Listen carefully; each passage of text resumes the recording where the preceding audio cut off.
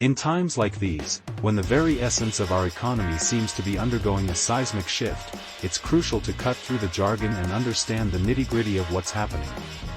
The talk of the town, or rather the financial world, is the contraction of the money supply at a pace that's got economists raising their eyebrows, and for good reason.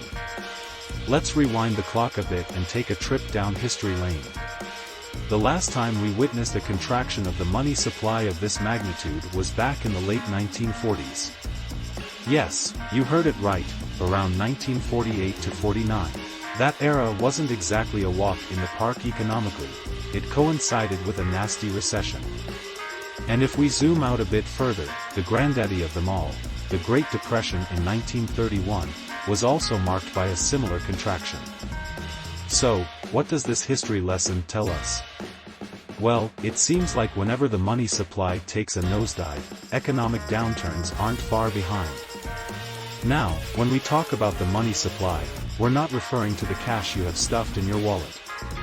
We're diving into the nitty-gritty of the financial system, exploring measures like M2, a fancy TRM for a broader definition of money. Here's the kicker, by some of these measures, the money supply hasn't seen this kind of contraction since the dark days of the Great Depression. That's a big deal, and not in a good way. To grasp the why and how of this roller coaster ride, we need to understand the boom-bust cycle. Picture this, money is like magic, it's created out of thin air when someone promises to pay back a loan. But here's the catch, this artificial boom in the money supply can't last forever. Sooner or later, the promises made through loans hit a roadblock, and that's when the contraction begins. It's like the grand illusion shattering, and we're left with the base form of money. Enter the reverse repo facility, the superhero trying to save the day. This facility played a pivotal role in putting the brakes on the money supply contraction. How, you ask? Well, buckle up. The cash injected into this facility, which was initially chilling outside the banking system, is making a comeback into the money supply through short-term government debt. It's like a cash infusion, a financial CPR of sorts. But wait, there's a twist. Government borrowing at higher short-term rates is like borrowing from Peter to pay Paul. It's a double-edged sword. On one hand, it helps reintroduce cash into the banking system, but on the other, it depletes the cash in the reverse repo facility.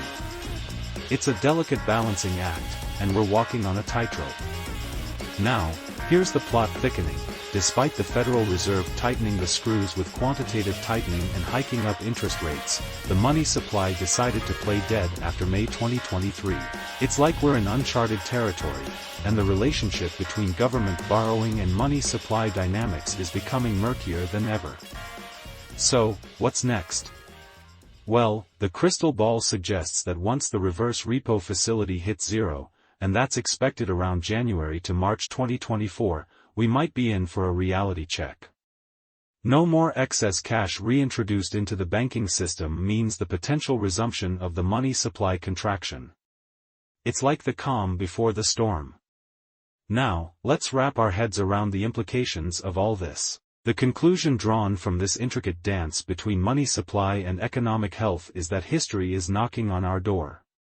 The current situation, with the money supply taking a dip, echoes the challenges we've faced before. The warning here is loud and clear, don't let the absence of immediate economic pain fool you into thinking this time is different.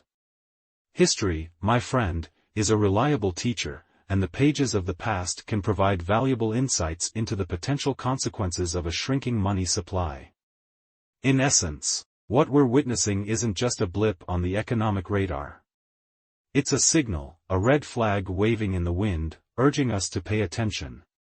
The financial world is a complex web, and when the threads start unraveling, it's wise to take note.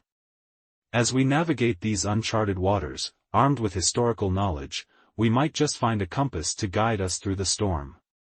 So, buckle up, because the journey ahead promises to be nothing short of a financial roller coaster, and it's high time we all become savvy passengers.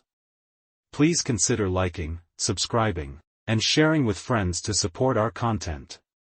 The information is for general purposes, viewers should conduct research and consult professionals for financial decisions.